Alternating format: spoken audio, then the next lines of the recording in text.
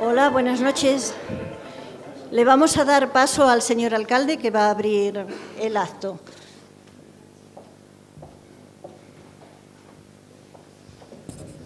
Hola, muy buenas noches. 3 minutos o 2 y medio, si puede ser. Primero porque tienen que hablar los verdaderos protagonistas de este acto, pero un par de minutos. Primero para agradecerles a todos ustedes que acudan a la llamada una vez más de la cultura. Comentaba yo con algunas de las personas que nos honran y que vienen de lejos que Manzanares afronta 250 actividades culturales al año, en un esfuerzo de toda la sociedad manzanareña, del movimiento asociativo en general, de los poetas, de los pintores, de nuestros fotógrafos, de aquellos que también hacen teatro. Tenemos 4 grupos de teatro y el esfuerzo de casi prácticamente 1.000 euros al día en inversión cultural, porque no es un gasto, es una inversión, creo que está suficientemente valorado. Mi agradecimiento a Isabel Villalta, manzanareña de residencia y de alma, a pesar de que nació en el pueblo vecino y hermano de Membrilla, y que el esfuerzo que hace, sin ninguna duda, no es sencillo editar 10 veces una revista de este nivel cultural, de este valor, y en este caso ha concentrado a 14 escritores y a un ilustrador.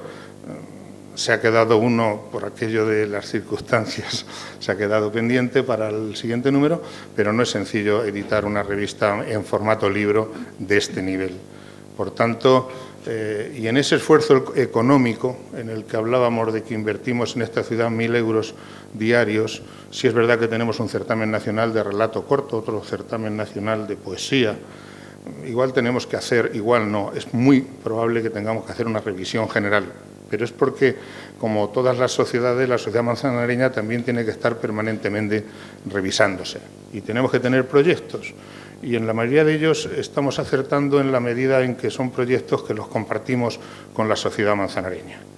Y ahí es donde yo creo que está también la clave de la política y, desde luego, de las sociedades que avanzan, como sin ninguna duda creo que es la nuestra. Por tanto, Isabel Villalta, mi reconocimiento y mi agradecimiento. Isabel, además de publicaciones de etimología verdaderamente excepcionales sobre el mundo que ella ha vivido, y también ha tenido reconocimientos en certámenes de poesía y ha participado en publicaciones colectivas.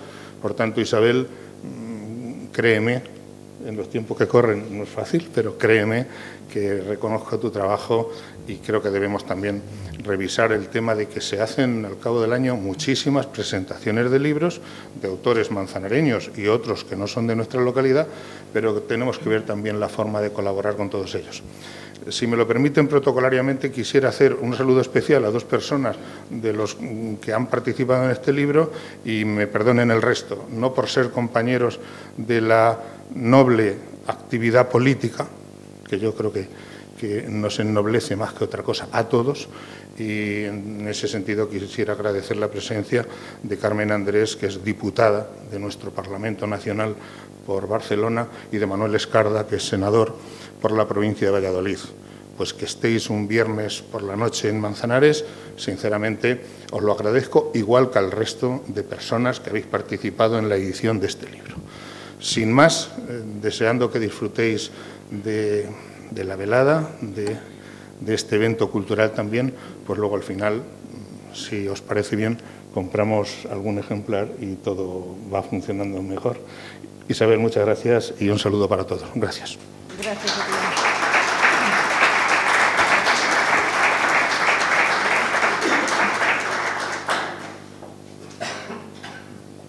Bueno, yo me voy a poner también aquí y vamos a intentar hablar a capela y pensaremos en que nos está escuchando por ahí, no todas estas personas tan ilustres, todas, hoy esta sala del Refugio del Saber de Manzanares es una constelación, desde los autores a toda persona del público. Agradezco muchísimo la presencia del señor alcalde, don Julián Nieva, porque viene a darle vigor a esta revista, a Raíz y Rama. Coincide que es el número 10, que por eso he puesto más empeño en ella, pero también hay otras coincidencias, pero no tiene nada que ver. Están demostrando que son un buen equipo de gobierno, como también la oposición. Estamos en democracia, hay que ser combativos y luchar por el bien de la sociedad. Quiero agradecer la presencia son 3 concejales, el concejal de Cultura, por supuesto, que es un artistazo de la escena. Otra vez, hace algún tiempo, otro artista, otro actor de la escena nacional le dijo, después de verlo de actuar, usted tiene mucho apresto. Y él se quedó, bueno, tiene reconocimientos. Cualquiera persona del público es una estrella de esa constelación. Tanto los que ahora han participado en esta colección, en esta edición, como otros que también han participado en otras. Yo agradezco muchísimo a todo el público, a pintores, a músicos, a padres de músicos, y agradezco también mucho la cordialidad, la preocupación de la nueva la nueva directora de la biblioteca, Leticia Moya, que se desvive porque todo salga bien, ha aportado detalles nuevos y, bueno, está sustituyendo a la querida Paqui Díaz Pintado, que también ha sido una gran directora de esta Casa de la Luz. También quiero agradecerle a Miguel Ángel Pozas, que siempre también se preocupa porque todo esto funcione bien, cada cosa esté en su sitio. A los cámaras, a la revista Siembra, la entrañable revista Siembra, que siempre está aquí presente para tomar nota de lo que aquí ocurre y publicarlo luego en esta revista local, que es entrañable. Quiero agradecer también a Resti Contreras, que es desde hace aproximadamente 3 años un colaborador que apoya sine qua non esta publicación y que si yo ya le había abierto muchas puertas, él le ha abierto muchas más. Por ejemplo, contigo, Carmen, por ejemplo, con Manuel, y a donde hemos ido, a muchos sitios. Y, bueno, que quiero decir que Raíz y Rama se llama así porque, creo que todos lo sabéis, me dedico tanto a la investigación etimológica, voy de la raíz de la lengua a la flor, a la rama, escribiendo poesía o relato, todo queriendo que salga con autenticidad la investigación, que sea veraz, y la creación literaria que sea también veraz, que sea todo contrastado, en el caso de la investigación, o que sea un pálpito que te lleva, la poesía, que te sitúa en un estado de gracia. Y se subtitula esa Vereda de los Hombres, porque yo, que soy mujer, me incluyo en la especie sin ningún prurito. Creo que el genérico es el masculino y, bueno, en este caso no hay por qué incluir a la mujer, pero sí que reconocer en otras ocasiones sus derechos y, sobre todo, en otras culturas donde están siendo tan sangrantemente denostadas el aprendizaje de la mujer. Por eso hay que combatir, y aquí también, porque todavía quedan derechos por adquirir. Y bueno, quería así como gastar una bromilla. Tengo que leer porque paso muchísimo tiempo en silencio en mi casa, desde que ya dejé de dar clases, o salvo cuando voy a congresos y hay que exponer la ponencia, o cuando charlas o pasa algún recital, pero paso mucho tiempo en silencio, pero tengo que leer. Tengo que leer a Agustín Sánchez, que por una triquiñuela de la digitalización, Manuel, pues no me llegó su trabajo. Y entonces los dos estábamos en un suspense. Él no me quería decir nada porque no me dice nada y yo tampoco quería forzarlo por si no había tenido tiempo de hacerlo. Pero Agustín Sánchez es el joyero por excelencia de Manzanares. Y finalmente, cuando nos hemos enterado a tiempo de que sí había mandado, gracias a Resti, que es cliente suyo, yo alguna vez, pues que habían enviado ese artículo, pues nos hemos puesto en contacto, lo hemos sentido muchísimo, tanto él como yo, pero la revista ya estaba editada. Entonces, está para el primero, el año que viene. Pero él me habla del oro, el oro. Al leer su artículo, que es una maravilla, sobre la fundición, sobre la calidad del metal, sobre también su actividad desde que era muy jovencito.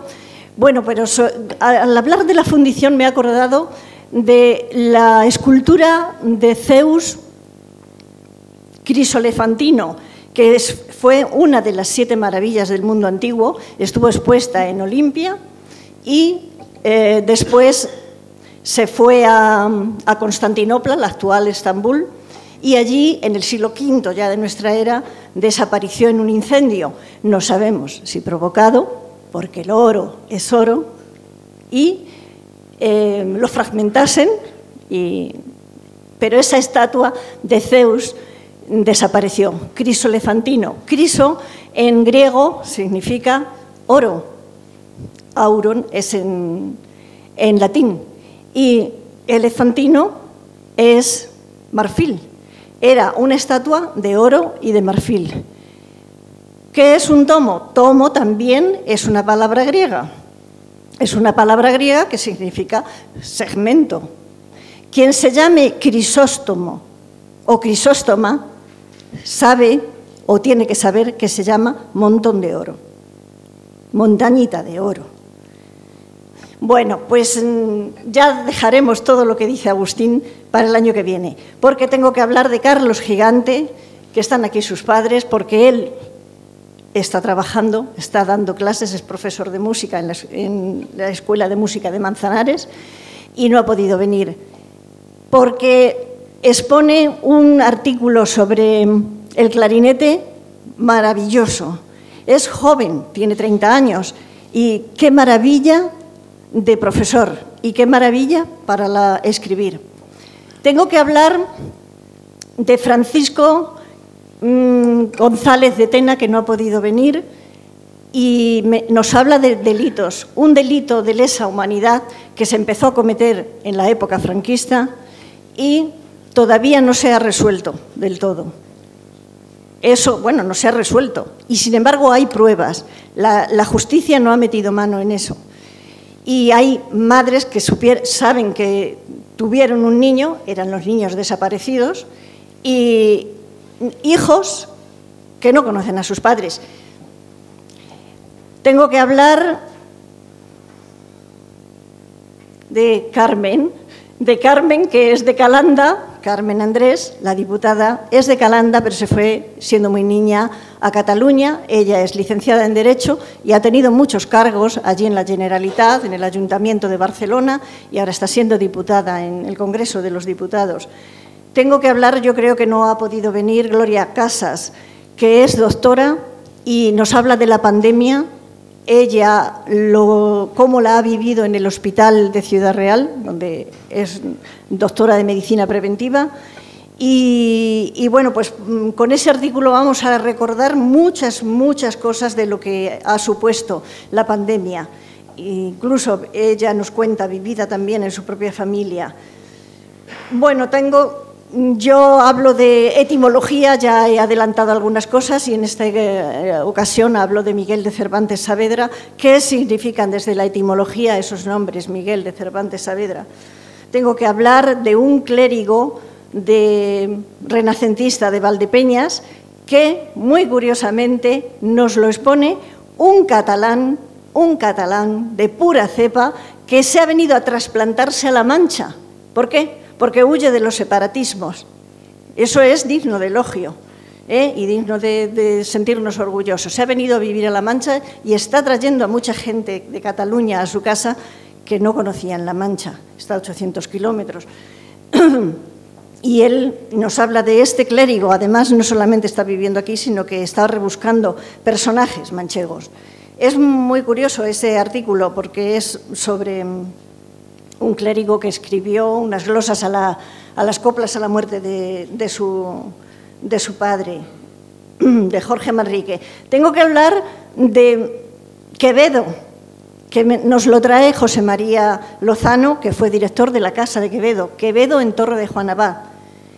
¿Cómo se sintió? Cómo el tópico de la época, desprecio de corte y alabanza de aldea, lo llevó a rajatabla Quevedo, porque cuando él estaba allí en la paz de ese silencio, escribió muchísimo. Ya nos lo va a exponer después José María. Tengo que hablar de otro amigo, este señor Francisco que he dicho antes, no ha podido venir, está mayor, está ahora un poquito enfermo y no ha podido venir. Juan Parera, que es un amigo y compañero cubano, profesor en varias universidades, que es experto en matemáticas y en arte y ha escrito sobre el modernismo y el posmodernismo y sintiéndolo muchísimo porque tiene muchísimas actividades no ha podido venir. Tengo que hablar, él es Juan Jorge Parera, de Manuel Escarda, que es médico, es senador y que se encarga de la digitalización en el Congreso, ¿verdad? A nivel estatal, bueno, es a nivel estatal. Tenemos a muchas grandes personalidades aquí. Ya verán su artículo, qué interesante. La inteligencia artificial, que fue la palabra elegida por la Fundeu RAE el año pasado. Y bueno, que nos está transformando. Tengo que hablar de Manuel Gallego, que es una esponja, habla de arte y te absorbe como una esponja lo que escribe o al revés, no sabes, terminas y no quieres que se haya terminado lo que escribe. Ya verán qué maravilla sobre si el arte es bello o no es bello. De Pedro Sánchez Prieto, que es catedrático de la Universidad de Alcalá, él es paisano mío, una eminencia. Él es investigador, su artículo es sobre lingüística, es interesantísimo, sobre el habla de Madrid. Han rastreado él y un equipo, les quedan todavía varias poblaciones, pero Madrid y restos de poblaciones de toda la comunidad de Madrid. Y desde el siglo XIII, bueno, donde más documentos se encuentran es en el XV, XVI, XVII, XVIII, XIX, y es una maravilla de artículo, con documentos. De Pepe Buitrago tengo que hablar, que es de Tomelloso, vive en Infantes y tiene un estudio en Madrid, se ha formado en Nueva York y en Londres, es holografías lo que hace, tiene un estudio dados negros en Infantes y es una persona serena, tranquila, me encanta, con su compañera Mercedes, que es filósofo y poeta. Tengo que hablar de Rafael Fraguas, que es periodista, uno de los miembros fundadores del País, del diario El País, un periodista que se ha forjado en escenarios de guerra de Oriente Medio y del África subsahariana, que es doctor en sociología, que da conferencias por el mundo entero y, bueno, después diré más cosas. Él nos habla del Quijote, nos habla de más cosas, pero sobre las alucinaciones en la reverberación de la llanura manchega. Es interesantísimo, es un escritor, yo que recibo sus artículos casi a diario, maravilloso. Tengo que hablar de Ramón Rodríguez. Ramón Rodríguez, otro profesor, ingeniero y experto en antropología cultural, ha venido de Ceuta. Hoy ha hecho el traslado en helicóptero desde Ceuta, ha parado en Algeciras, de Algeciras a Málaga en taxi, desde Málaga aquí a Ciudad Real en el AVE, y allí ha ido a recibirlo nuestro querido compañero Resti Contreras. Y aquí lo tenemos, un encanto, otra persona leal a raíz y rama. Y bueno, tengo que hablar de Resti Contreras, que nos va a hablar sobre educación, un artículo muy interesante. No se vayan, porque si se van, se puede romper la Vía Láctea. Si no es por una urgencia, no se vayan. Es un océano también esto, lleno de pecios que si les pasamos la mano, acariciamos su pátina, vamos a encontrar maravillas. Están ahí contenidas. Ellos nos van a hacer un resumen de su artículo ahora. Bueno, que muchísimas gracias y les dejamos paso a ellos. Yo voy a ir pasando imágenes que están relacionadas con los artículos. Muchas gracias.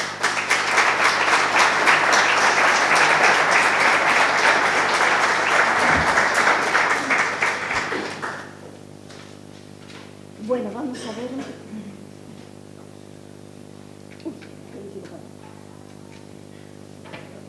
¿Qué he hecho? Decía, ya he hecho una picia. Espera.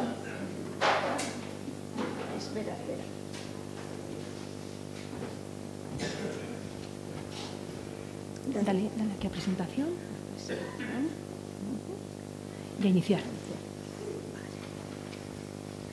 Bueno, como no sé si lo he dicho, pero la revista siempre lleva un homenaje, sí, siempre, desde el principio lleva un homenaje. Y este año se lo hemos dedicado a Antonio de Nebrija, porque el año pasado se cumplieron los 500 años de su fallecimiento. Él fue el primer gramático de la lengua castellana y el primer gramático de una lengua vulgar, en todas las lenguas vulgares que se fragmentaron del latín, como saben. Y bueno, si es un homenaje a él, a su figura, por estar tan próximo los 500 años, y a la lengua castellana.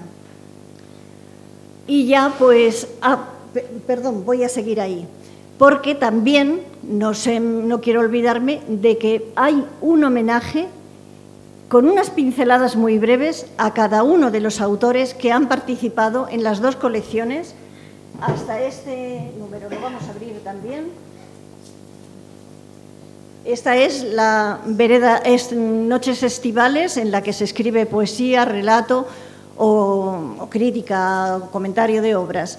Y entonces hay una breve pincelada a los casi 120 autores, diré, no solamente los que escriben, sino también músicos o pintores que ilustran, porque siempre lleva ilustraciones.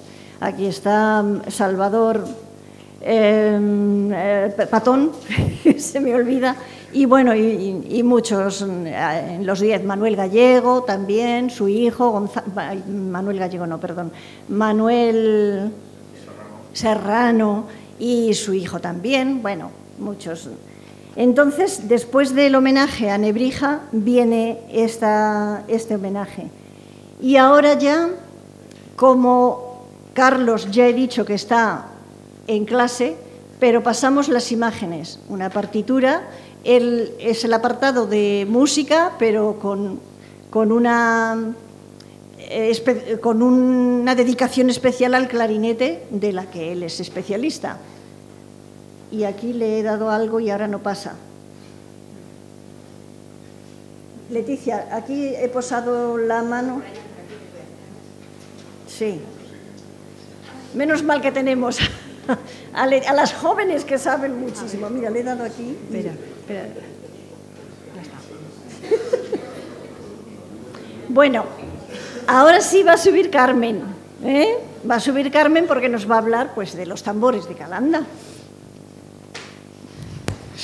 Gracias, Isabel. Bueno, buenas noches, querido alcalde, concejalas, concejal, directora de esta magnífica biblioteca, y a todos ustedes que hoy están aquí también compartiendo su tiempo y yo creo que con gran satisfacción por poder escuchar a Isabel y aprender tantísimo de esta mujer culta y sensible, de esta ilustre, bueno, que no es de Membrilla, ¿no? Soy de Membrilla, pero de aquí, y vivo aquí. de aquí. Bueno, 40 yo quería felicitarles en primer lugar a todos ustedes, todas las personas, vecinos y vecinas de Manzanares, por tener este alcalde tan preocupado y ocupado por la cultura. No solamente es la preocupación, es la ocupación. Esos 1.000 euros diarios en cultura, pues eso es la raíz.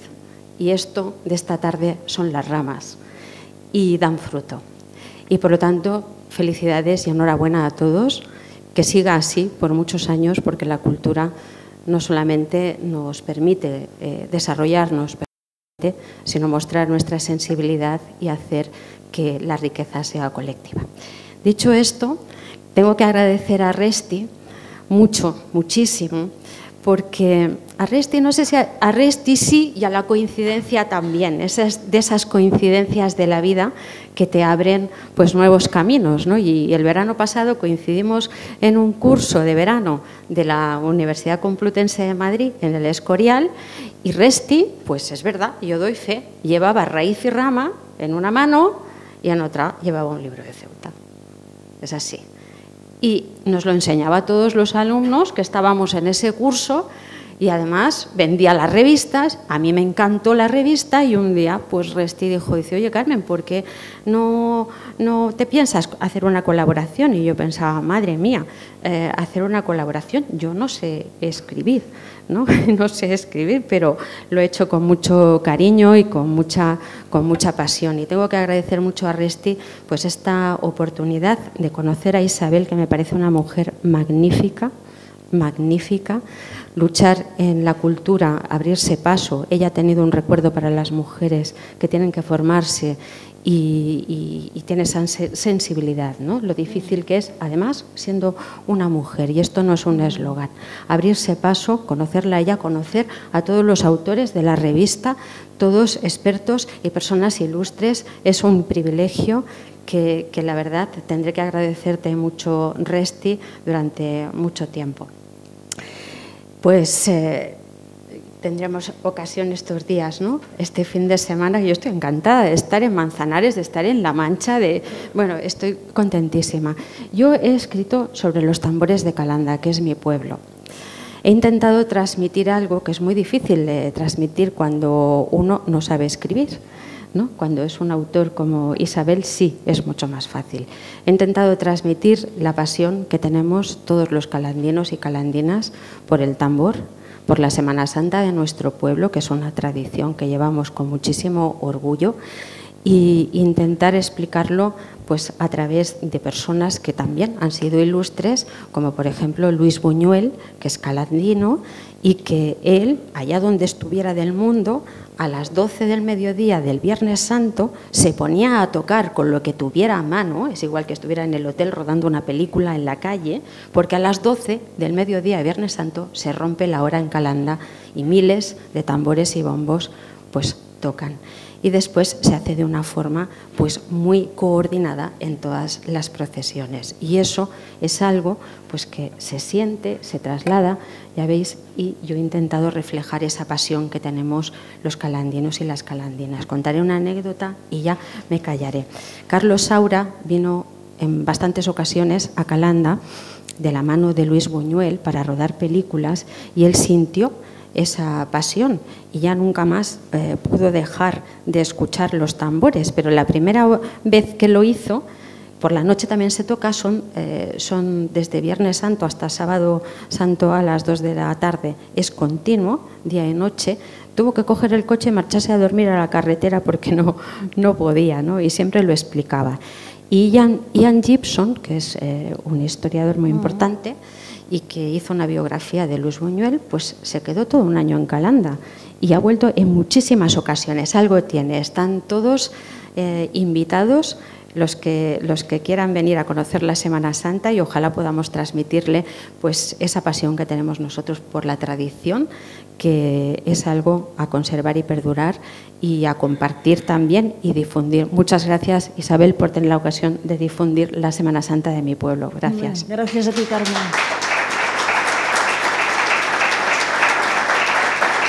Gracias. Bueno, pues esto es donde metían a los niños recién nacidos. Esto es una firma el señor este no ha venido, Francisco Paco González de Tena. Allí vemos al final niñas y una monja que se hacen cargo de ellas. Bueno, se supone que los adoctrinaban y los separaban de las familias. Y estos son archivos que están apareciendo, y esto es una casa cuna abandonada en Canarias. Y este es el artículo de las pandemias, que Gloria no ha venido, no la he saludado. Y este es el mío, el que he dicho, de Miguel de Cervantes Saavedra. Voy a ir pasando imágenes y a lo mejor hago una exposición. Este es un fragmento del sánscrito, la lengua de los Vedas. Esto es el puente de Sá, en La Coruña. Esto es Vedra, en La Coruña, Sá, Vedra. Esto es Cervantes, ahora lo explico, en Lugo. Y esto es Miguel Esteban, en Toledo. Y ahora voy a explicar esto. Vamos a ver cómo funciona este, que hemos tenido que comprarlo nuevo. Saavedra está dividido, como ven, en dos partes. Sa significa, o Vedra, elevación rocosa. Las dos juntas significan elevación rocosa. También significan camino de piedra o curso de agua. Hay variantes. La lengua es un puñado de palabras, de nombres, pero se fragmenta en variantes. Entonces, tenemos esta, Sa, de Sa, San. ¿Cuántos topónimos que empiezan por San? Por decir Santisteban del Puerto. San quiere decir también elevación, como Sa. Y de ahí viene también santos, ya lo he explicado muchas veces, elevación. La Iglesia tomó los nombres de los relieves de la tierra para nombrar a sus personalidades, a sus personajes. Sal, salto, hay muchos topónimos también con sal. Zam, en Membrilla, en el término municipal de Membrilla hay un zamorano. Está Zamora, hay mucho Zamaruela, quiere decir pendiente de agua, de tierra que va a un curso al curso de un río. Zam, Ja, de ahí viene Jabalón, una variante de Zam, Sa, Jabalón, el río Jabalón. Zar, acuérdense de los zares de Rusia, o el Sa de Persia, que eran personalidades, las más altas personalidades, o la más alta personalidad de un Estado, que es camino de vida, aunque no lo fuera siempre. Pues de ahí viene altitud, camino de vida y de progreso. Río, por ejemplo, en Río tenemos el Záncara, el salado y el jabalón.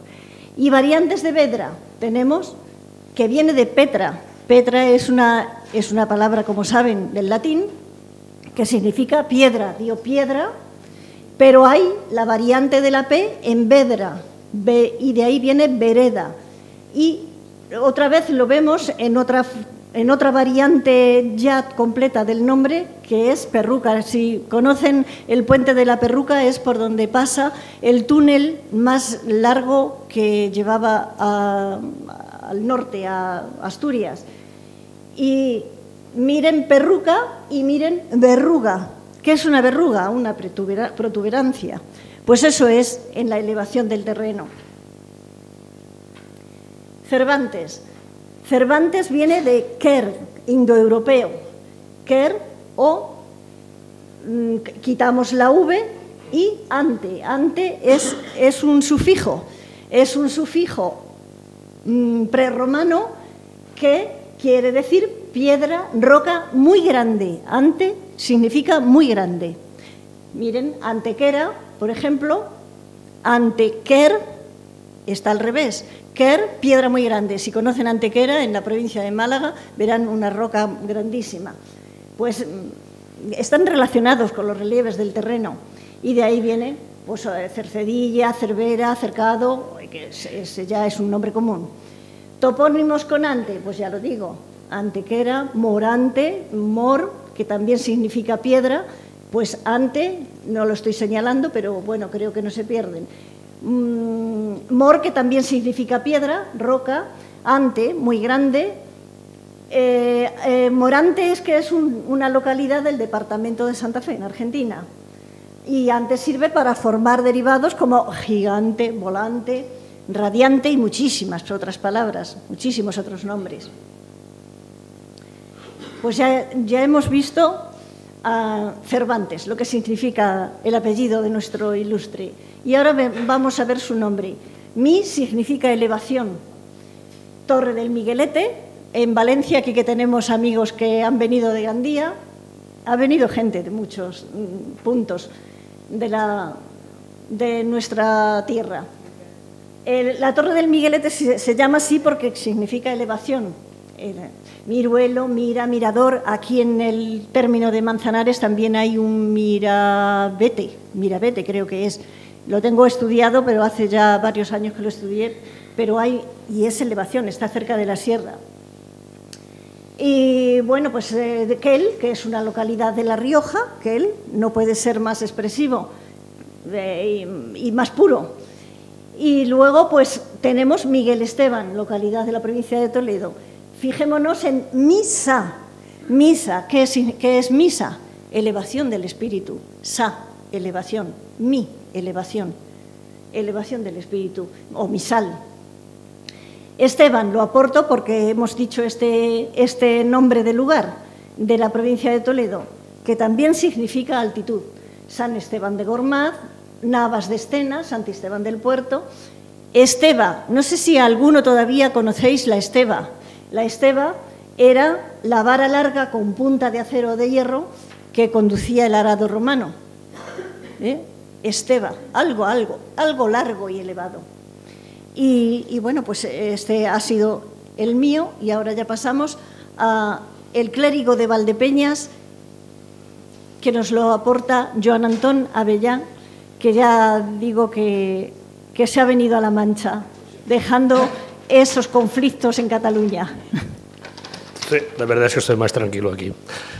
Buenas noches, gracias a todos por venir, señores concejal, alcalde sobre todo, y Isabel, por el placer y el honor que me has dado de poder escribir para tu revista, porque realmente me encontraba huérfano, no sabía dónde escribir, o sea que me diste una oportunidad. Me dio 3 minutos y lo traigo escrito porque si no me pongo a hablar y no callo.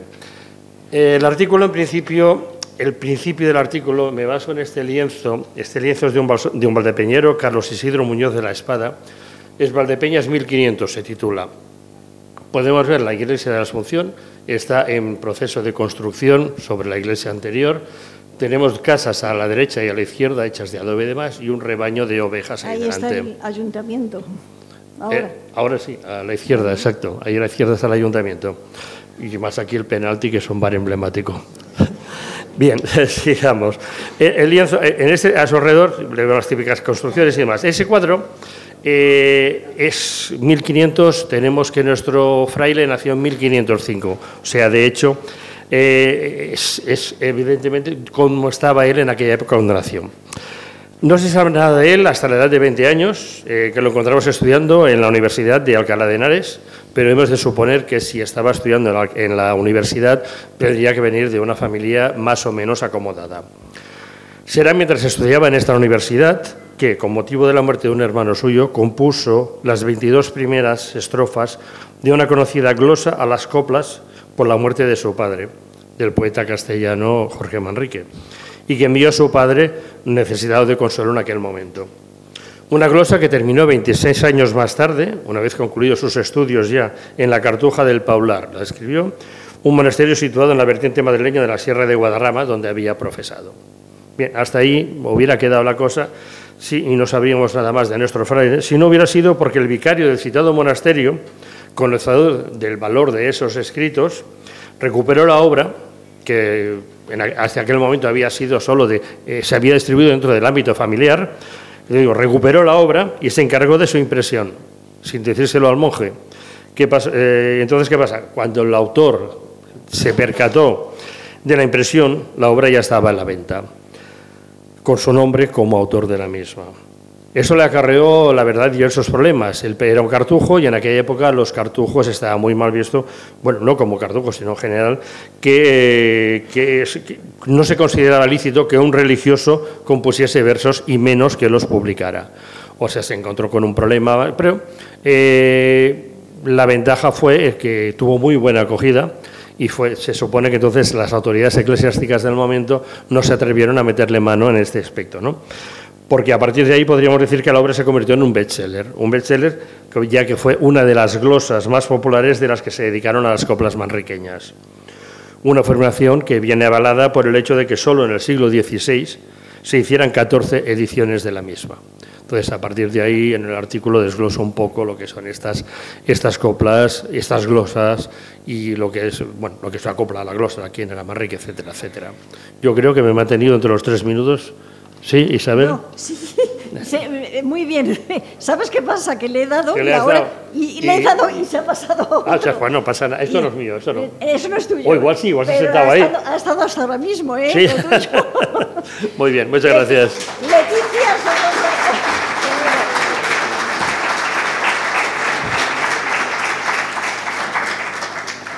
Bueno, llamo a José María, pero también llamo a Leticia porque se ha producido otro tasque.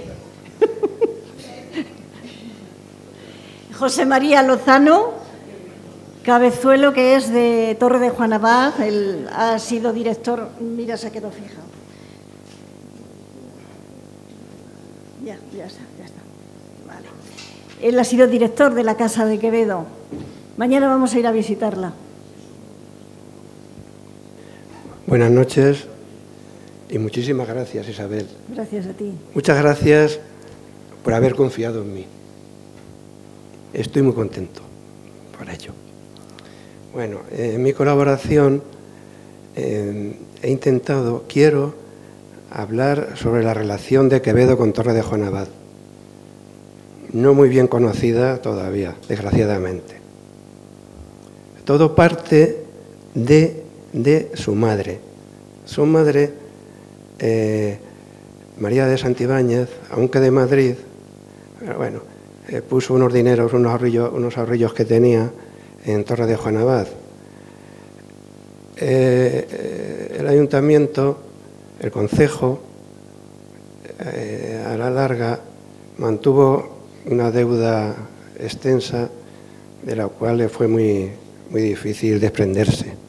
Ese es el origen de la vinculación de Quevedo con Torre de Juan Abad. Que la señora fallece y Quevedo, como hijo de su madre, se ve en la obligación de venir a Torre de Juan Abad a tratar de cobrar esa deuda. Bueno, yo en el periodo, en el tiempo que he estado al frente, o como responsable de la Casa de Quevedo, joroba me hartaba, incluso me dolía, que la mayoría de la gente siempre te decía, bueno, Quevedo aquí a Torre de Juan Abad, ¿a qué vino?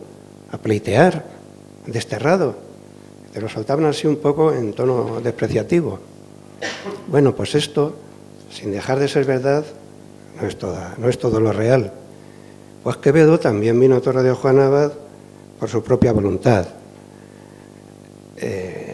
Bueno, el origen sí, fue lo de los pleitos, ya sabemos lo que es, pues, tenía que venir a menudo, pasaba muchas temporadas en Torre de Juan Abad, pero él aprovechaba ese tiempo para escribir. Claro, la paz de estos lugares pues le venía muy bien, el ocio, la tranquilidad. Él aprovechaba para estudiar y ahí compuso pues, algunas de las obras literarias más hermosas que se han escrito en nuestro idioma. Le tenemos documentadas alrededor de 50 obras, que son muchas, 39 poemas y en prosa 15.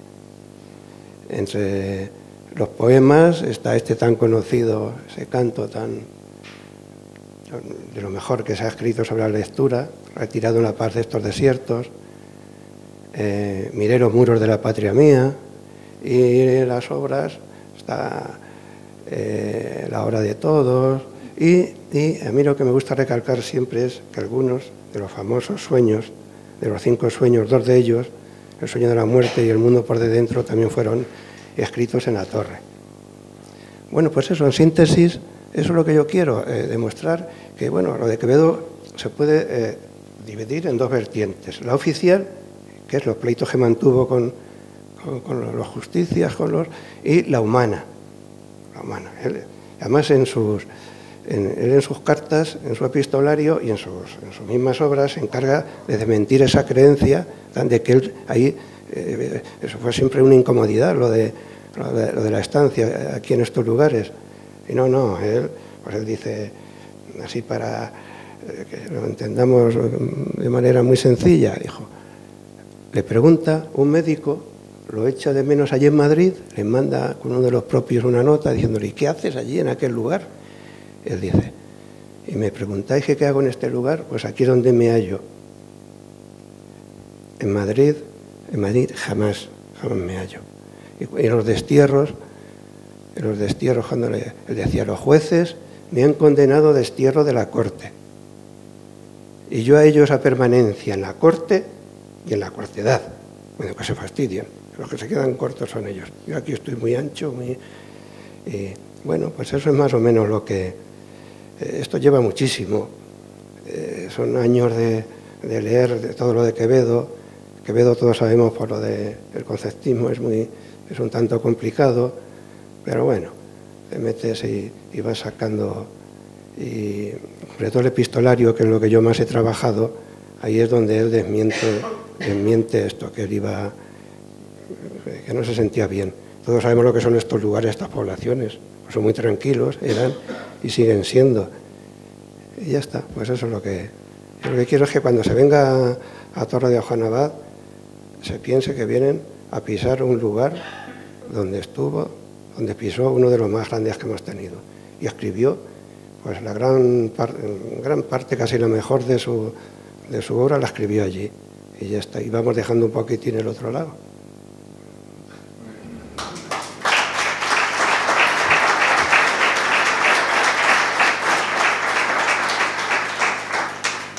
Bueno, y ya saben que murió en Villanueva de los Infantes, porque fue allí al médico.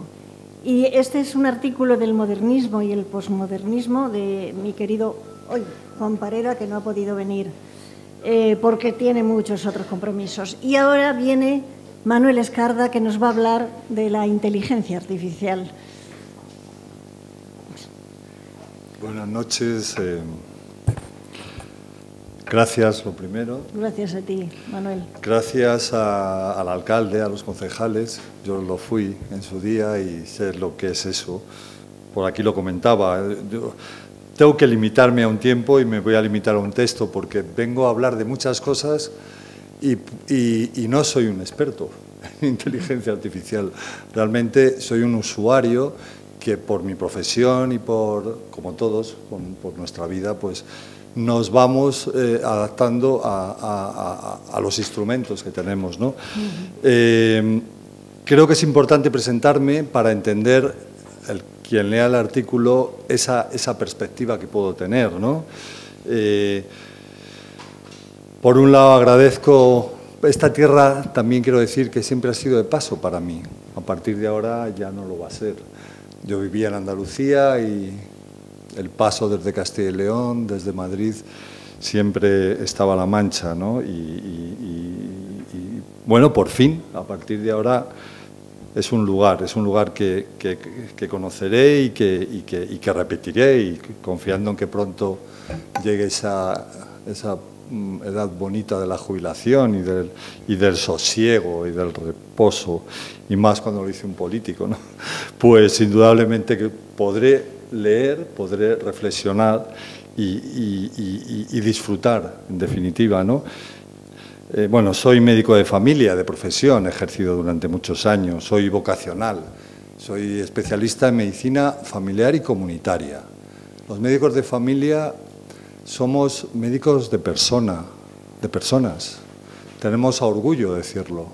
Es algo que nuestra profesión normalmente, y cada vez más es así, hay una tendencia a la subespecialización. Estos días estamos oyendo estos debates, ¿no? Ha habido una huelga de médicos de atención primaria en Madrid, en fin, cada día todos estamos viendo lo que está ocurriendo en muchos sitios con las consultas de atención primaria, y yo quiero reivindicar esa figura porque indudablemente hay dos tipos de especialistas, los que trabajan en los centros de salud y los que trabajan en los hospitales, y es importante que los médicos de familia tengamos un prestigio porque atendemos la mayoría de los problemas de la población, pero también porque estamos más cerca, y esto tiene que ver ya con la comunicación, con cuando se habla de como leí ayer, teleasistencia. Bien, pantallas en Castilla y León, por un problema de población, de dispersión de la población tremendo, hay que llegar a todos los sitios, indudablemente que todos los ciudadanos tienen derecho a recibir asistencia allá donde vivan, aunque vivan en el sitio más remoto, pero asistencia con el médico o la enfermera delante cuando sea necesario. También somos médicos de familia y de la comunidad, del barrio donde trabajamos, y en equipos multidisciplinares con enfermeras que también son especialistas en esto y cada vez va habiendo más y son más necesarias. También en su día fui activista, y lo sigo siendo, como antropólogo forense de forma voluntaria. Allá por el año 2001 en Valladolid, en el año 2000, se empezó un movimiento en este país de recuperar por los nietos la memoria y la dignidad de sus abuelos, ¿no? Yo tuve la fortuna de poder trabajar, en mi caso, como médico, me formé en antropología forense y poder analizar esos restos que junto con otros compañeros que trabajaban en los archivos. También quiero añadir, hay una ponencia de estudio en el Senado, luego hablaré de la inteligencia artificial, dedicada al estudio con una investigación muy profunda. Se está trabajando ahora en ello, se está desarrollando con las comparecencias sobre los niños robados. Y ese trabajo quedará ahí y servirá como el tema de la innovación y la inteligencia artificial para poder regularlo definitivamente, ¿no? Ahora soy un político profesional, últimas 2 legislaturas, ¿no? Con dedicación exclusiva. Suena un poco a indigestión, esto político profesional, ¿no? En este país. Desgraciadamente hay mucha desafección. Yo tengo que decir que me apasiona la política, igual que a nuestro alcalde, igual que a todos los alcaldes, que me parece ese ejercicio a la política en la posición que se ocupe, especialmente los alcaldes y los concejales, de una generosidad enorme. Que igual que en su día con el COVID se pudo reconocer la labor de los profesionales sanitarios, también los alcaldes durante la pandemia tuvieron que hacer cosas que no habían hecho en su vida y tuvieron que echarle imaginación y mucho esfuerzo. Y ya por fin voy a hablar pues esto de la cuarta revolución industrial, de la inteligencia artificial, la palabra del año según la fundación asociada a la Real Academia Española. Todo el mundo habla ahora de inteligencia artificial y mucho más se va a hablar.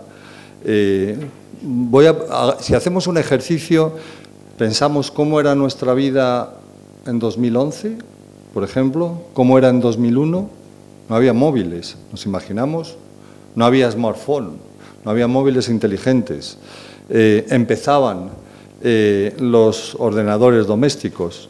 Se puede vivir muy bien, también, sin la tecnología. También tenemos que hacer esa reflexión. Tampoco había Internet de las cosas, que ya hay, y lo va a haber cada vez más. Queramos o no, esto es así. Va a haber los frigoríficos, ya en otros países tecnológicamente más avanzados lo pueden tener, nosotros lo tenemos y lo vamos a tener ya. Frigoríficos, pongo unos ejemplos, que nos encargan la lista de la compra, coches que conducen sin conductor, operaciones quirúrgicas con el cirujano a distancia, esto ya se está haciendo. Todo esto trae comodidad, menos esfuerzos. Y la robotización, que es el tema que me preocupa, el uso de esto, de los algoritmos, del concepto matemático, de la secuencia de información, de los datos que crean una lógica de pensamiento artificial y también un comportamiento. Los robots nos responden. Ya se habla del chat GPT, si no se ha oído, se oirá, se oye, los científicos ya lo están utilizando. Establecer una conversación para preguntar sobre cualquier tema que incluye también referencias bibliográficas, científicas, literarias o del tipo que sea. Nos sustituirán, en definitiva, a los robots. Esta es una vieja polémica en el cine. Podemos recordar películas ya de hace muchos años, ¿no? como Una odisea en el espacio, ¿no? Pero yo, la pregunta del millón, ¿votarán por nosotros los robots? Me explico. Ya hay avatares en las redes sociales, hay bots automatizados, masivos, que generan fake news, bulos, noticias falsas, sesgadas, titulares de prensa, noticias cortas sin profundidad, sin análisis, 148 caracteres Twitter para dar la noticia, un notición, una declaración de guerra. Estos mensajes superficiales no solo transmiten información, sino que aprueban o desaprueban. Ya conocemos que han influido en alguna elección o decisión política: el Brexit, el asalto al Capitolio, la guerra real, por supuesto, en Ucrania, y cibernética con Rusia, la influencia en las elecciones que pudo haber en las elecciones catalanas, ya hace un tiempo, en el referéndum. El Kremlin ya sabemos que no es lo que era. Ahora está Trump, estaba, afortunadamente, pero está Putin, que en definitiva son líderes nacionalistas que quieren desestabilizar las democracias, al menos como las conocemos. Otro dato, el 15% del voto de media en Europa, en los países europeos, es ultraderechista, es nacionalista. Y eso es lo que quiero exponer en el artículo, el riesgo, el peligro. Actualmente en nuestras Cortes Generales hay un discurso de la crispación. Cualquiera puede ver cualquier sesión. Lo próximo del Congreso, bueno, ya esperpento. O sea, digno de nuestro mejor Valle Inclán. Ramón Tamames, figura de la transición, muy significativa, se presta a presentar una moción de censura que no tiene ninguna posibilidad de prosperar. La política, en definitiva, se está convirtiendo en un teatro, en un espectáculo de masas, en su significado, perdón por la palabra, más obsceno. Este es el antídoto, este es la reflexión, la lectura. No hay argumentos, no hay razonamientos, hay pocos discursos parlamentarios realmente que profundicen, que argumenten. Personalmente quiero creer que superaremos este escarnio, esta batalla por el poder, en definitiva. España está siendo transformada de nuevo. Es así, uno sale al extranjero por las labores que tiene como presidente de la Comisión de Asuntos Económicos en este momento y efectivamente reconocen que ya no somos aquel país que estaba detrás de los Pirineos, ¿no?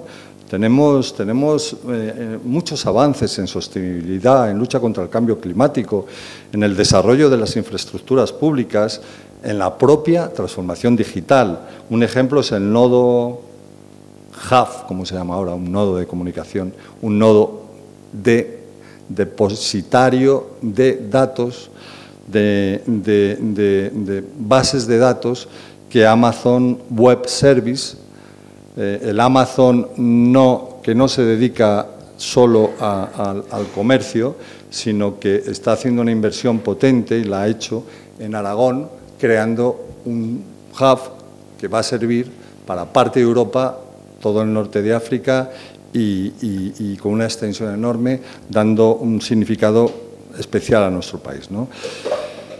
Es decir, necesitamos, como decía, ese sosiego. Ya acabo. Hace mucho tiempo que oigo que el siglo XXI será el siglo del conocimiento del cerebro, el órgano más complejo de toda la naturaleza, de la vida que conocemos. Nuestro cerebro tiene vivencias, tiene memoria y recuerdos. A veces, memorias fijas en nuestro inconsciente por traumáticas. Emociones, sentimientos, capacidad de juicio que siempre, aunque no lo sepamos conscientemente, está modulado por nuestras emociones. El corazón son los ojos de nuestro intelecto. Cuando nos señalamos a nosotros mismos, no hacemos así, hacemos así. La inteligencia artificial complementará a la humana, nunca será superior y es una obligación ética de la especie humana que no lo sea. Gracias. Muchas gracias, Manuel.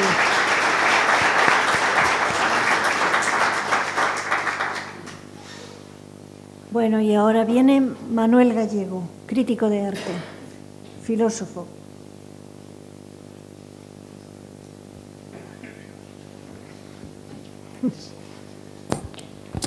Inevitable crítica. Buenas noches, autoridades. Buenas noches, conciudadanos. Buenas noches, amigos, compañeros.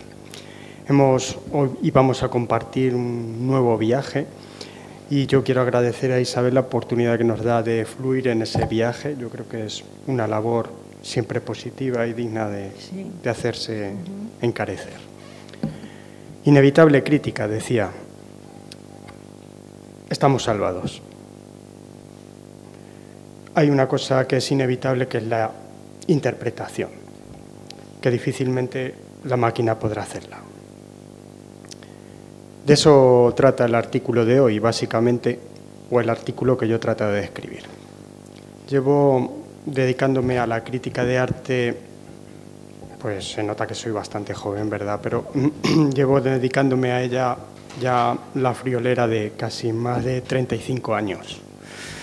Desde que tuve la oportunidad de presentar mi primera crítica ante un magnífico crítico de arte, historiador del arte y filósofo como es Valeriano Bozzal, y me dijo: mira, chico, esto no vale para nada, esto es literatura.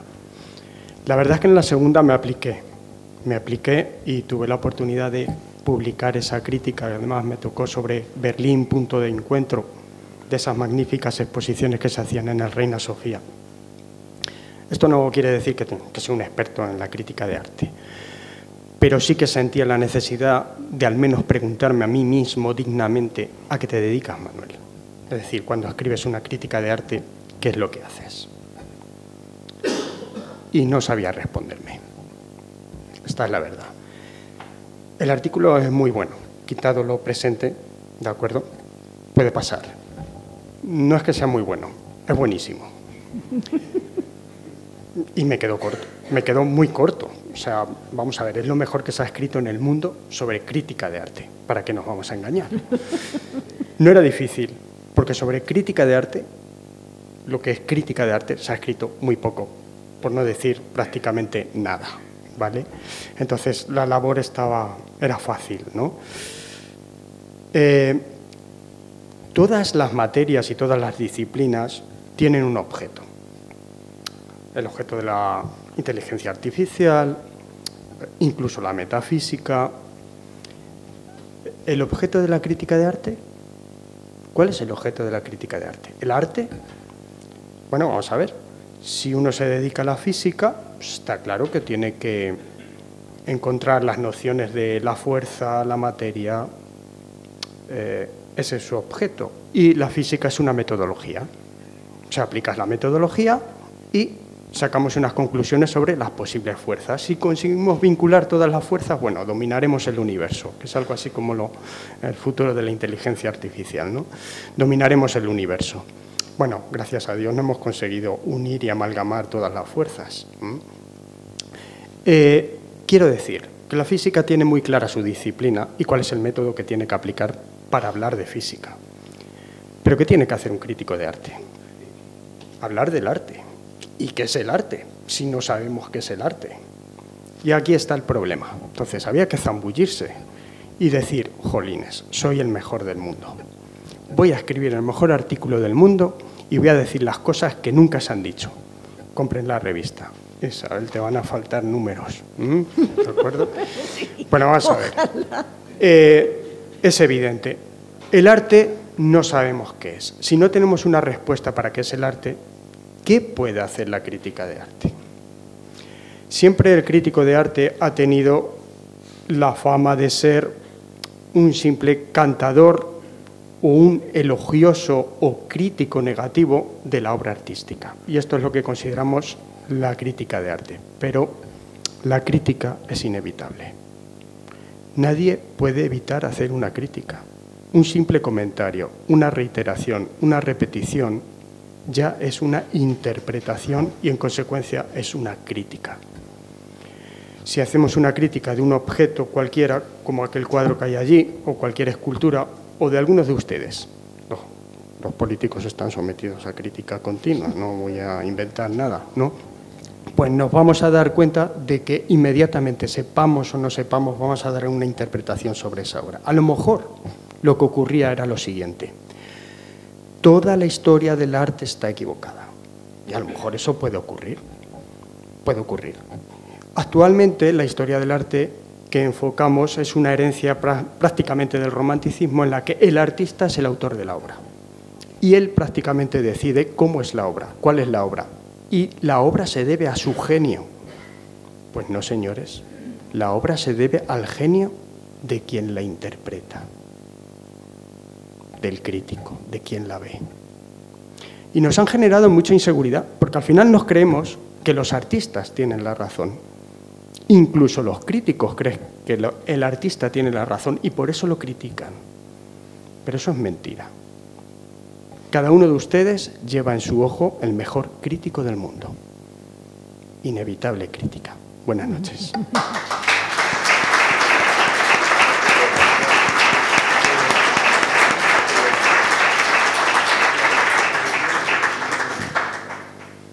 Bueno, pues este artículo es el de Pedro Sánchez Prieto. Aquí ven todas las poblaciones de la Comunidad de Madrid que han sido ya revisadas, los archivos de los ayuntamientos y demás centros oficiales.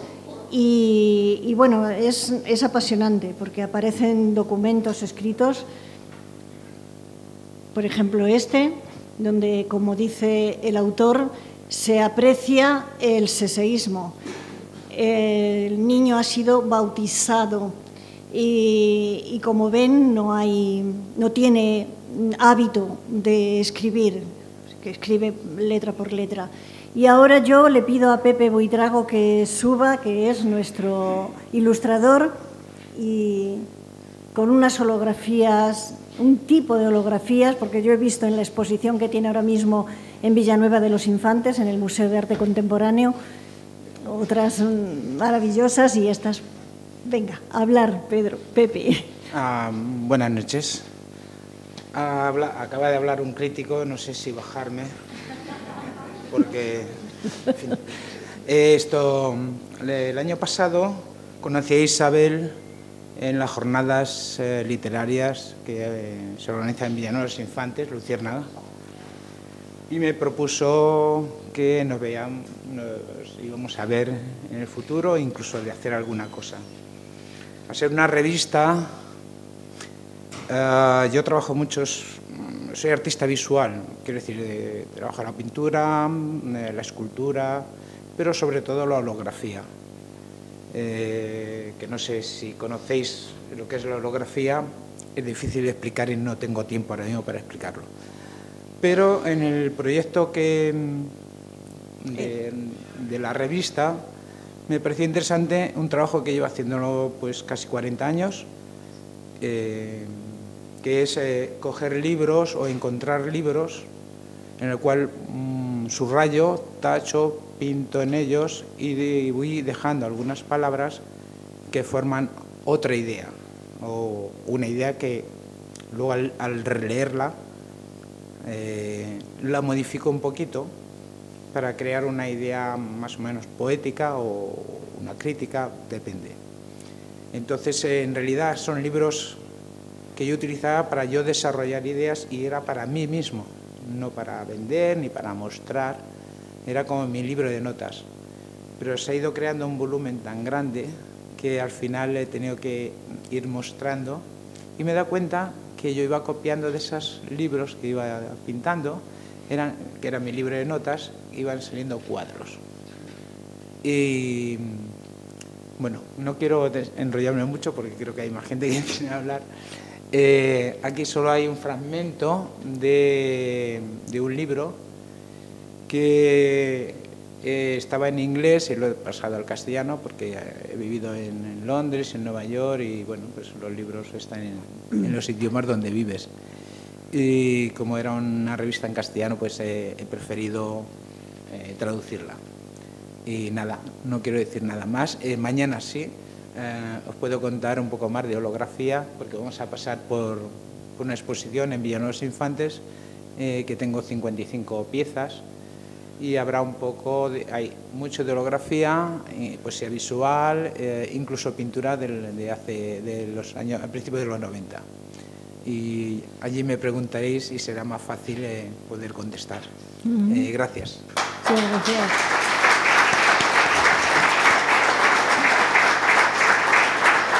Bueno, pues ya ven que estamos invitados. Vamos a recorrer la Torre de Juan Abad y por la tarde vamos a recalar allí. En el museo. Y ahora viene Rafael Fraguas.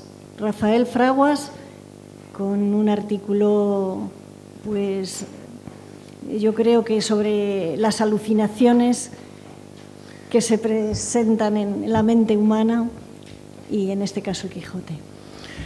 Bueno, muchas gracias a ustedes por estar, a Isabel por haberme invitado.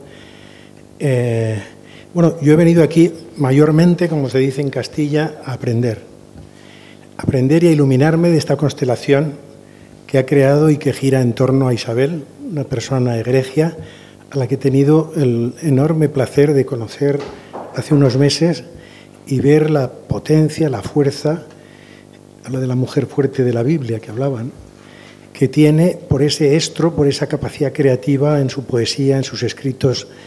Y desde luego me quedé fascinado al conocerla y le agradezco muchísimo el que me haya traído aquí.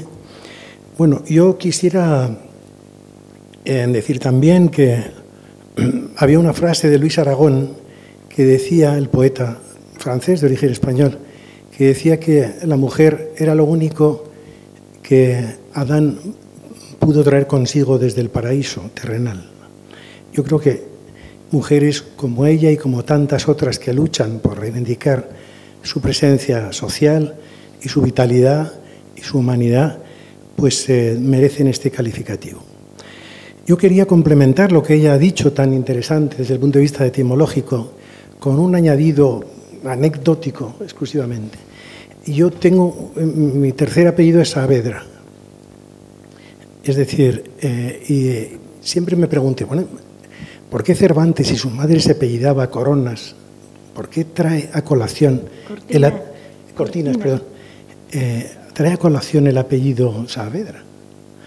Mi padre me lo explicó, porque mi padre sí conocía, era director de cine y periodista, y me explicó la tradición familiar en torno al apellido. Saavedra, él decía que, según lo que nos ha contado Isabel, es río de piedra. ¿Qué es un río de piedra? La calzada romana.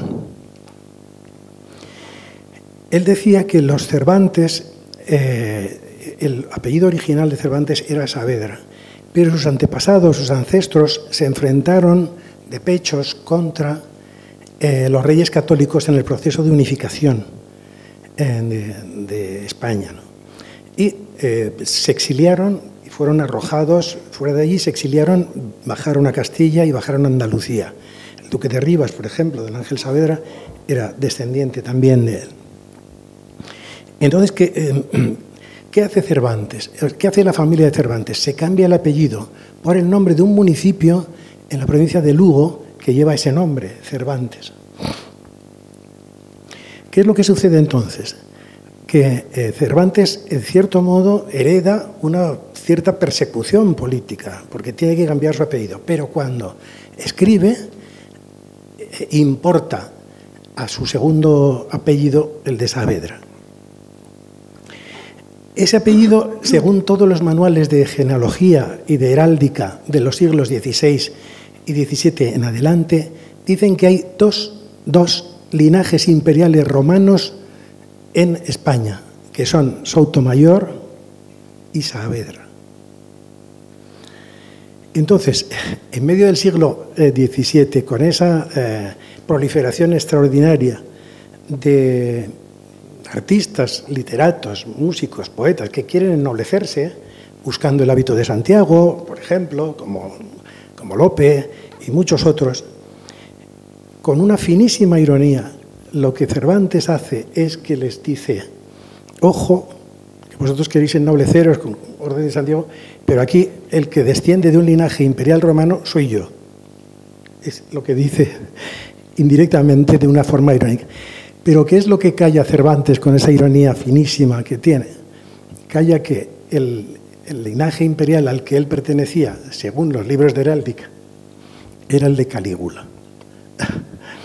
Entonces, quería contar esta anécdota como un pequeño complemento, pero evidentemente las palabras siempre dicen mucho, dicen todo, ¿no? En mi artículo yo he tratado de desarrollar brevísimamente un tema que me obsesiona y me apasiona también, como Manuel decía y como muchos de ustedes seguro que tienen en cuenta. Pero ¿qué es lo que está sucediendo en nuestra civilización? Pues una transformación profundísima inducida por la tecnología, sobre todo por la telemática, es decir, telefonía e informática.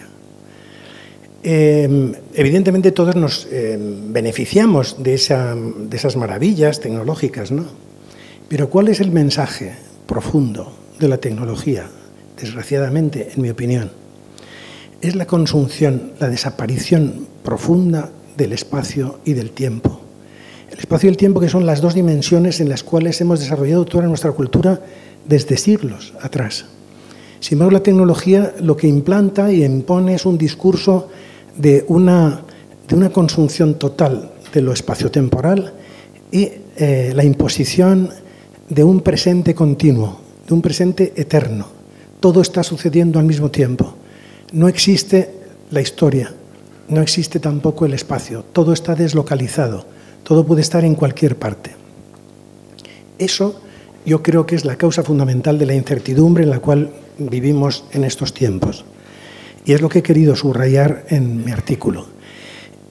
No puedo estar, evidentemente, como ninguno de ustedes, podrá estar en contra de esa practicidad que tienen los desarrollos tecnológicos, pero sí les alerto también por la cautela que necesitamos a la hora de que no nos deshumanice, como decía Manuel, tanto la inteligencia artificial, la telemática, como para perder nuestras raíces.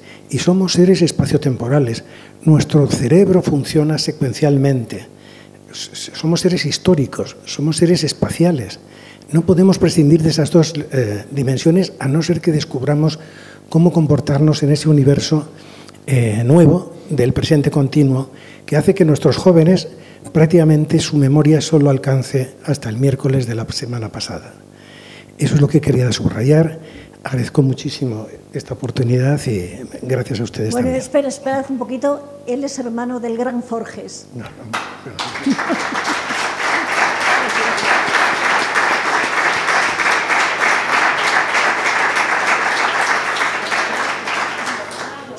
Bien, qué imagen de la llanura manchega.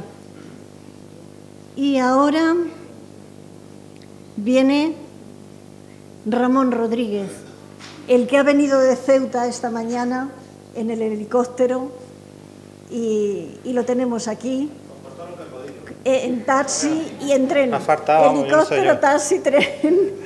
Buenas noches, buenas tardes y gracias por invitarme, Isabel. Tengo que comenzar pues dándote de nuevo las gracias por tu valentía y tu lucha por la cultura. Sí. Valentía, lucha, cultura, femenino, ¿eh? ¿Casualidad o causalidad? Muchas gracias. El agradecimiento extensivo al señor alcalde y a su Consejería de Cultura, porque en estos momentos ha hablado también el compañero sobre crispación política y polarización. La única forma, creo yo, de hacer frente a este tipo de actuaciones intencionadas, evidentemente, es desde la cultura. Desde la cultura comienza todo y termina todo. Decía también el compañero que intervino antes de mí, creo yo que he creído entender que habla de la inmediatez, y en la inmediatez muere la memoria, que es sobre lo que yo hablo en mi artículo. La inmediatez nos obliga a no reflexionar sobre lo que ha pasado, porque no ocurre lo que ha pasado porque estamos en un presente continuo, como él dice.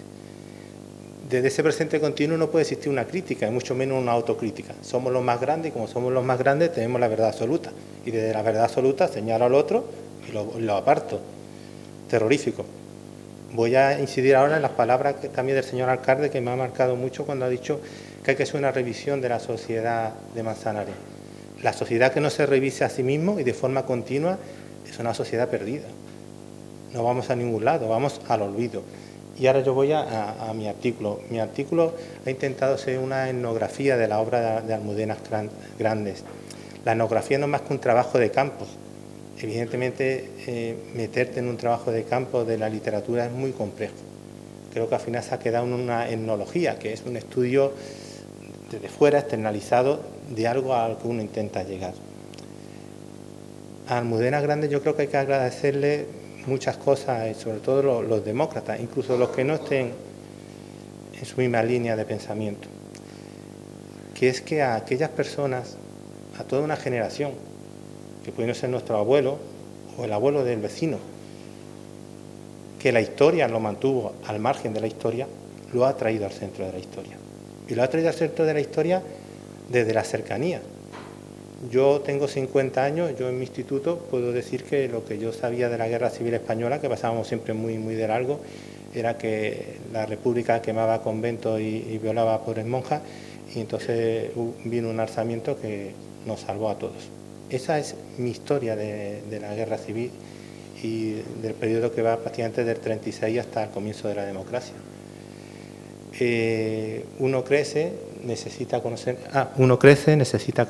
más cosas, y entonces llega a una época que yo creo que hemos tenido en España, que llega hasta el año 2007, en la que hay una revisión de la memoria histórica. Pero esa revisión tenía un carácter muy academicista. Entonces hay muchas personas que quedaron fuera de esa revisión de la memoria histórica. Recuerdo un libro de Isaac Rosa, que era otra maldita novela sobre la guerra civil. Y parece que eso marcaba el fin del revisionismo sobre la memoria histórica. Pero surge El corazón helado de Almudenas Grandes.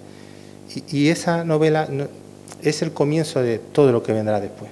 Es el comienzo de que la sociedad española se acerque, posicionándose en contra o a favor, sobre la desmemoria, sobre ese olvido obligado, sobre ese silencio obligado. Decía Antonio Machado que en esos versos inmortales de hace cerca de 90 años, españolitos que vienes al mundo, te guarde Dios.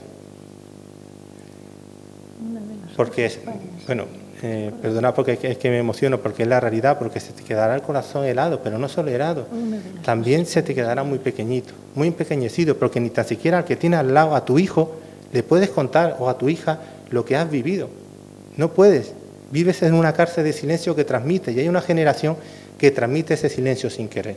Luego llegamos los de mi generación, que estamos intentando poner en valor todo eso.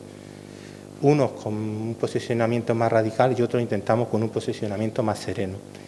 Y eso es lo que yo he intentado hacer al acercarme a la obra de Almudenas Grandes, siempre desde el respeto, desde la parte antropológica, que es la que domino, no de la parte de la literatura, y creo que es de agradecer a personas como Almudenas, a las personas que estoy aquí acompañando a Isabel, sin la que no tendría sentido Raíz Rama, y a la Consejería de Cultura y al alcalde, la verdad, porque es encomiable que una ciudad con 18.000 habitantes invierta lo que invierte en cultura. Y evidentemente, no sé ni de qué signo político es usted, de verdad, sinceramente, pero si es lo que hace por su ciudad, pues yo creo que hay que apoyarle, ¿vale? Bueno, muchas gracias a todos y a todas, y creo que me he pasado de 3 minutos. No, pues. Gracias.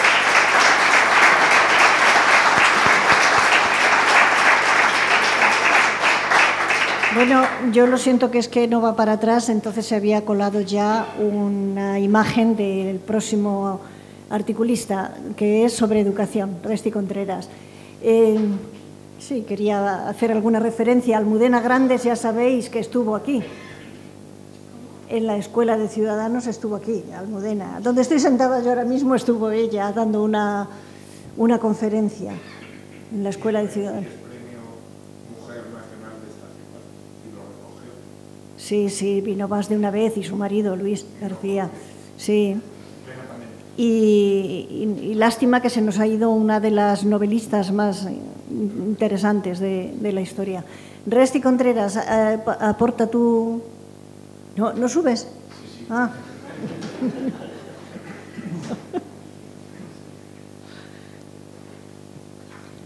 Bueno, ese artículo que acaba de exponer Ramón es interesantísimo. Bueno, todos lo son, pero ese ya verán. Y este sobre la educación también. Buenas noches. Si en algunas de las cuestiones que se van a mencionar de hace ya muchos años hubiera habido alcaldes como el que tenemos aquí, a don Julián Nieva, a los concejales que estamos viendo, si hubieran existido hechos lamentables como algunos que se van a comentar, no se hubieran producido. Después entraremos en ello. Así que muchas gracias por el apoyo y la potenciación que desde el Ayuntamiento hacen con la educación y la cultura. El artículo comienza con la problemática educativa española a inicios del siglo XX. España estaba al final de la educación en la Europa de entonces. Algunos datos. En el censo de 1920, de 21 millones, había más del 50% que eran analfabetos. El Ministerio de Instrucción Pública se creó en 1900 y Manuel Bartolomé Cosillo, de la Institución Libre de Enseñanza, manifestaba: la obra en favor del progreso y contra el analfabetismo tiene que girar alrededor de los maestros, a los que hay que pagar mejor y con puntualidad. Se consiguió que sus retribuciones dependieran del Estado, por un decreto de Romanones. La primera enseñanza era escasa y muy limitada, atendía a unos alumnos pobres y de irregular asistencia, con deficientes construcciones escolares. Los maestros, como muchos trabajadores de entonces, pasaban grandes necesidades. Algunos murieron de hambre, por ejemplo en Almería y Granada, a finales del siglo XIX. Y eso ocurría porque los ayuntamientos y los alcaldes no les pagaban lo que les correspondía. Y no estoy mintiendo, está demostrado. A mediados del siglo XIX el analfabetismo rondaba el 80% y al iniciarse el siglo XX llegaba al 65%. Su labor fue heroica, también la del profesorado de secundaria y, por supuesto, también de universidad. En el artículo también se explican ejemplos de la reforma educativa en Europa durante este periodo. A conocer sus ideas fueron los pedagogos más representativos de nuestro país. En Suiza estaba el Instituto Gussot y el Bureau Internacional de Educación. Entre otros pedagogos destacó Piaget. En Bélgica, de Crowley, médico, educador y psicólogo. En Alemania, el pedagogo alemán Froebel, creador de la educación preescolar. A continuación se exponen los orígenes renovadores de la educación en España. El Instituto Escuela, la Institución Libre de Enseñanza, Francisco Giner de los Ríos, el Grupo Escolar Cervantes de Madrid y Ángel Llorca, un maestro y pedagogo de Elche. Francisco Giner de los Ríos mantenía que el maestro era la fuente capital de energía de la escuela, un ejemplo ético, ajeno a los partidismos y las barreras entre clases sociales. Fue un precursor de los valores de la ciudadanía, que hace a las personas más libres y a las sociedades más respetuosas y dialogantes. Se pone de relieve el acompañamiento de la Unión Europea en las iniciativas de España para la educación y formación profesional y que sea protagonista en nuestra economía y en nuestras empresas. Se analiza el marco de la nueva Ley de Formación Profesional y el futuro profesional de nuestro país. Se habla de las previsiones en España para 2025, con gráficos al final del artículo y que hay que analizar. El desempleo juvenil español desciende más de 5 veces entre los titulados de formación profesional. Y el título tercero de la ley regula el carácter dual y la figura del tutor de empresa y de centro. Un aprendizaje a lo largo de la vida. Es importante la orientación profesional, según los artículos 2, 6 y 94, y también para las empresas, las personas, organismos e instituciones de manera diferenciada. Agradecimientos también a los equipos directivos de los institutos que hemos visitado, el Instituto Azoer, Sotomayor, el Maria de Membrilla, centros de personas adultos de San Blas, algunos colegios de Membrilla, San José de Calasán, que inauguré como alumno en 1961. También visitaremos en otra ocasión al Colegio Virgen del Espino. Hemos estado en el Colegio Público Tierno Galván, en el Colegio Altagracia y en otros más. Se ha podido comprobar el buen ambiente educativo y el uso de recursos y métodos más modernos en las clases visitadas, con la excelente colaboración del equipo directivo. Gracias a los niños, a los estudiantes, a las maestras, maestros y profesorado en general, y a todas las comunidades educativas, a todos ustedes, y por supuesto también a la diputada que se ha merecido venir por sus méritos de actitud personal y el interés que ha demostrado. Y, por supuesto, también a Manuel Escarda, al cual he tenido la oportunidad de escuchar y de ver en muchas ocasiones y de comprobar su honestidad y compromiso político.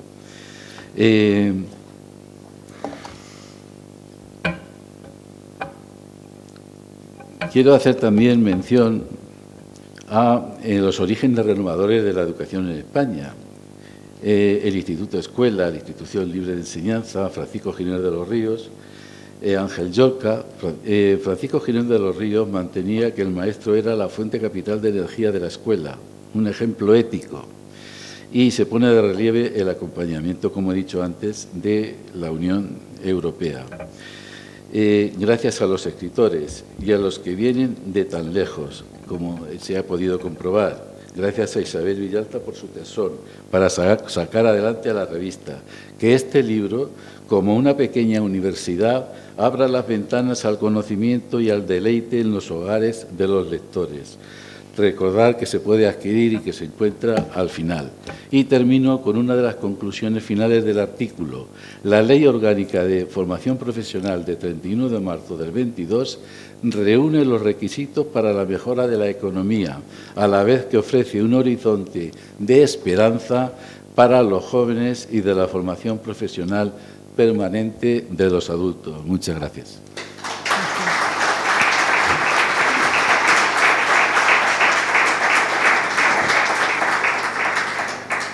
Muchas gracias, Resti. Una de las cosas que quiere decir es que se han retomado las formas de educar de la ILE, la Institución Libre de Enseñanza. Ahora, vamos a poner este, que era. Venga, hazlo tú más rápido. Y así. Vamos a escuchar un colofón sobre ese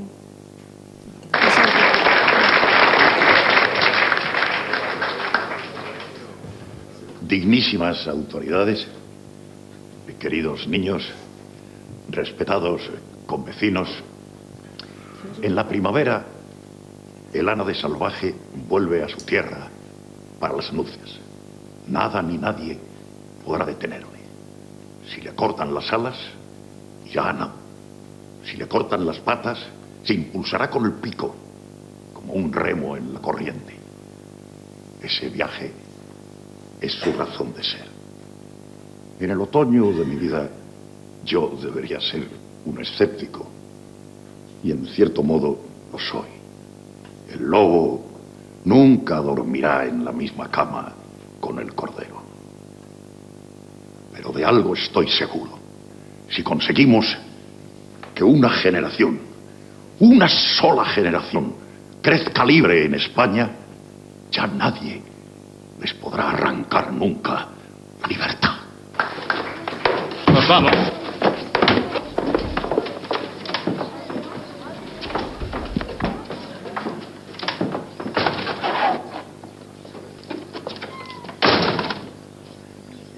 nadie les podrá robar ese tesoro.